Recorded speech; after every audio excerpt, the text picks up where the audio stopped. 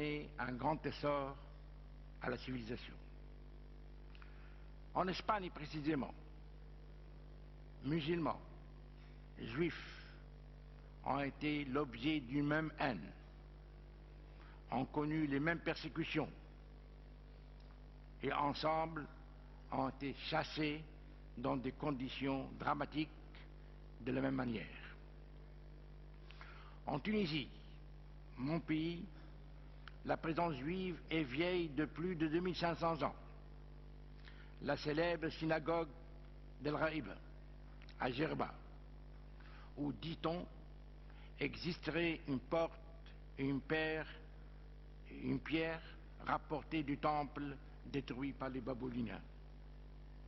Tous les ans, 6 à 7 000 juifs du monde, notamment d'Israël, affluent à Djerba pour y faire leurs prières, avec l'encouragement, la protection du président de la République, Zine al-Abidine Ben Ali. Dans les temps anciens, des tribus berbères, des populations anciennes de l'Afrique du Nord ont embrassé la religion juive. La Kahena, une juive, a été un grand chef de guerre contre l'expansion de l'islam au Maghreb.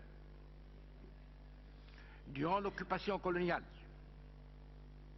des juifs importants ont soutenu la lutte de libération nationale et ils ont participé à l'indépendance et contribué à la mise en place du nouvel État indépendant. Il y a eu des ministres juifs dans le gouvernement tunisien. Aujourd'hui encore, à la Chambre des conseillers, le Sénat tunisien, je siège avec mon ami, à côté de moi, un Tunisien de confession israélite. Les Juifs, d'où qu'ils viennent, d'Israël ou d'ailleurs, entrent en Tunisie sans aucune difficulté. La Tunisie n'a jamais refoulé un Juif, ce qui est exceptionnel dans un pays comme le nôtre. Dans la Tunisie, hier et aujourd'hui, les Juifs bénéficient d'une grande sollicitude de la part de l'État et du président. Ils sont chez eux. Il n'y a pas de discrimination entre eux et les musulmans. L'exemple de la Tunisie en matière de relations entre Juifs et musulmans est édifiant. Nous en sommes fiers en Tunisie.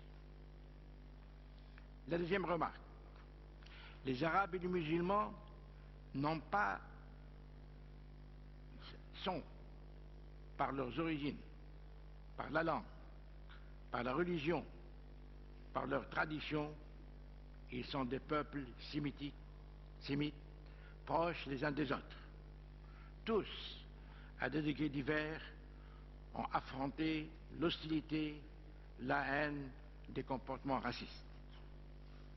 L'antisémitisme s'est attaqué et s'attaque aux Juifs qui en ont beaucoup souffert, mais aussi aux musulmans. Les idéologies politiques et religieuses, dans leur opposition aux sémites, traitent les Juifs et les Arabes de la même manière. Dernière remarque, il nous arrive de critiquer Israël, de dénoncer sa politique. Mais la politique d'Israël est une chose, le sionisme est autre chose, et l'antisémitisme est encore plus différent.